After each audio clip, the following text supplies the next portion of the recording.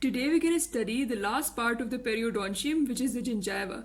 Masticatory mucosa is a part in the oral cavity which is divided into hard palate and gingiva. That part of gingiva that faces the tooth is part of the periodontium. Gingiva covers the alveolar processes and is exposed to compressive and shear forces and abrasion during the mastication of food. Now we come to the covering epithelium of the gingiva. Gingiva is covered by a thick stratified squamous epithelium which is commonly orthokeratinized, but parakeratinized areas do occur.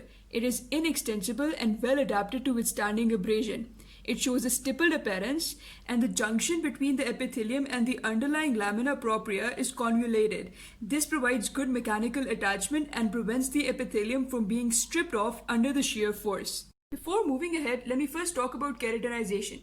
Keratinization occurs when the epithelium is covered by a layer of keratinized cells. It is inflexible, tough, and resistant to abrasion and tightly bound to the lamina propria. It has two types, orthokeratinization and parakeratinization. In orthokeratinization, no nuclei are present on the superficial layers, and in parakeratinization, shrunk nuclei are present on the superficial layers.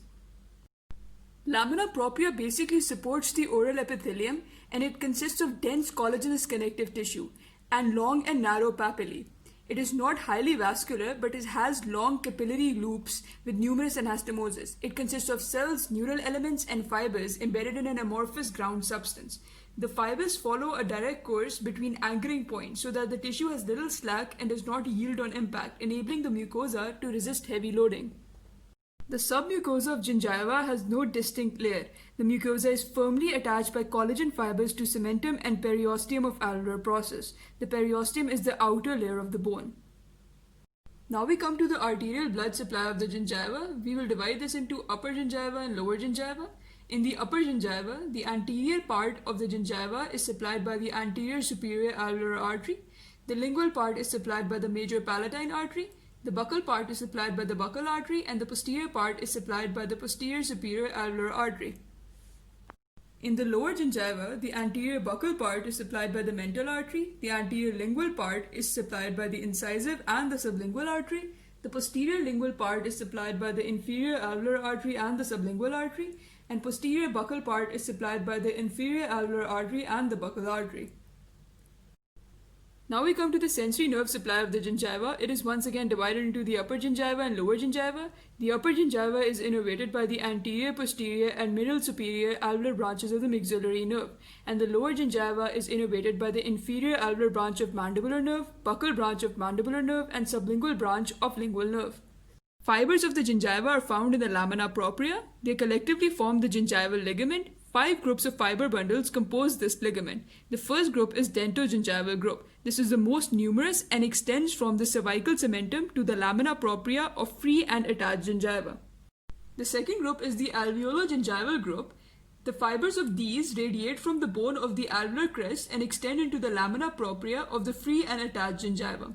The third is the circular group. This small group of fibers forms a band around the neck of the tooth, interlacing with other groups of fibers in the free gingiva and helping to bind the free gingiva to the tooth. The fourth is the dentoperiosteal group. In this, the fibers run apically from the cementum over the periosteum of the outer cortical plates of the alveolar process. These fibers insert into the alveolar process or the vestibular muscle and floor of the mouth. The fifth is the transeptal fiber system. We have already discussed this when we were talking about the periodontal ligament fibers. These may be included in the gingival group of fibers as well. These run from the cementum of one tooth to the cementum of the adjacent tooth. Now we come to the junctions of gingiva. Gingiva is composed of 2 junctions, mucogingival junction and dentogingival junction. The mucogingival junction is between the attached gingiva and alveolar mucosa. It is clinically identified as a slight indentation called mucogingival groove, and by the change from the bright pink of the alveolar mucosa to the paler pink of the gingiva. Now we talk about the histological changes taking place at this junction. The epithelium is keratinized or parakeratinized, and the lamina propria contains numerous coarse collagen bundles. It shows a stippled appearance compared with the free gingiva, which has a smoother appearance. Now we come to the structural changes of mucosa. The alveolar mucosa is thicker and is covered by a non-keratinized epithelium. It overlies a loose lamina propria with numerous elastic fibers. The free gingival groove demarcates the free and attached gingiva. At this groove, no structural changes are taking place. The dentogingival junction is the region where the oral mucosa meets the surface of the tooth, and it presents a site of potential weakness. The dentogingival junction consists of circular epithelium. The circular epithelium is separated from the tooth by a space called sulcus. The walls of the sulcus are lined by epithelium derived from and continuous with that of the rest of the oral epithelium, called the oral circular epithelium. The orthokeratinized or parakeratinized surface of the free gingiva is continuous with the oral circular epithelium. The sulcus contains fluid, mixture of desquamated epithelial cells and inflammatory cells. The bacteria, which is present on the tooth surface, continually produces substances capable of eliciting inflammation and damage if they enter the mucosal tissues. In the average human mouth, in which mild gingival inflammation is present, the gingival sulcus has a depth of 0.5 to 3 millimeters, with an average of 1.8 millimeters.